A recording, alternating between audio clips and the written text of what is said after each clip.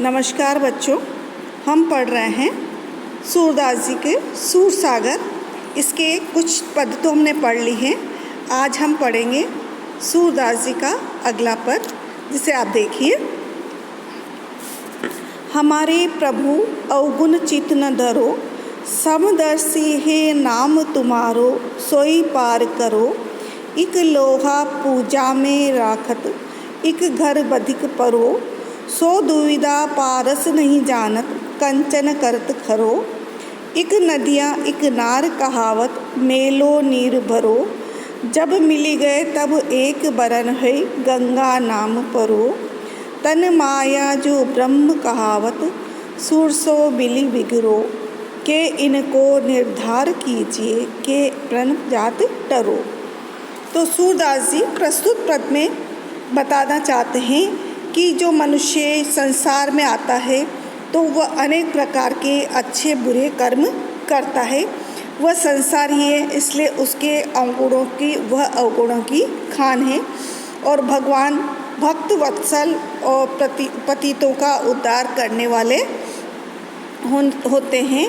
अतः सूरदास जी ने उपयुक्त इसी पद की भावनाओं को ध्यान में रखते हुए सूरदास जी ने कहा है, हमारे प्रभु अवगुण चित न धरो, कि हे प्रभु हमारे अवगुणों को, दोषों पर ध्यान मत दीजिए, क्योंकि जीव संसार में आकर के अनेक प्रकार के पाप कर्म करता है।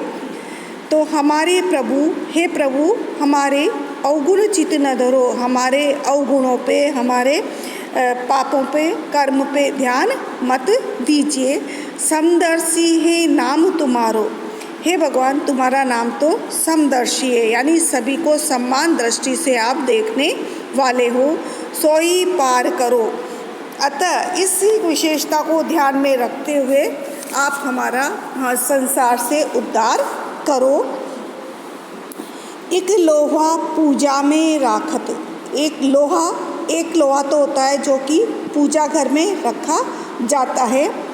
एक घर बधिक परो, और एक दूसरा लोहा बधिक के घर में पड़ा रहता है, जिससे कि वह विभिन्न पशुओं का वध करता है। सो दुविधा पारस नहीं जानत, और वह इस दुविधा को, इस चीज़ को पारस नहीं जानता।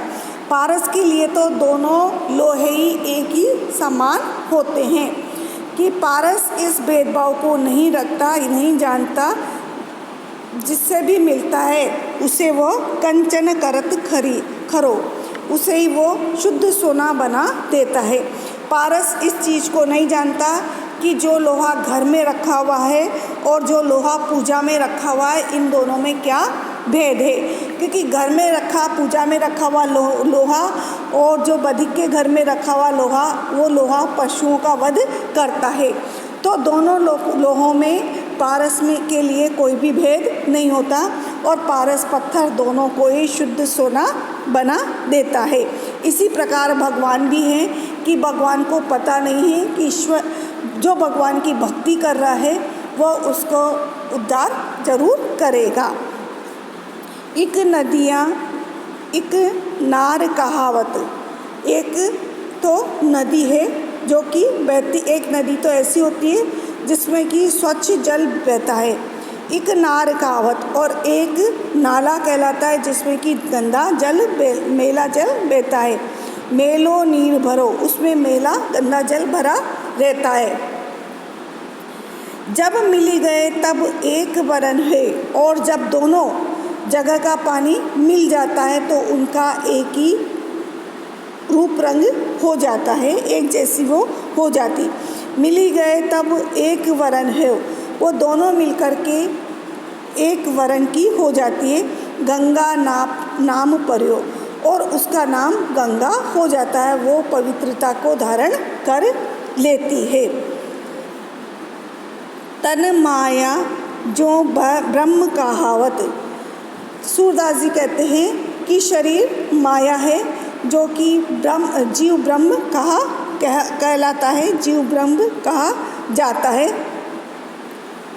किंतु उसमें मिलकर बाहरी दोष, किसमें, माया में मिलकर बाहरी दोष से वो बिगड़ जाती है।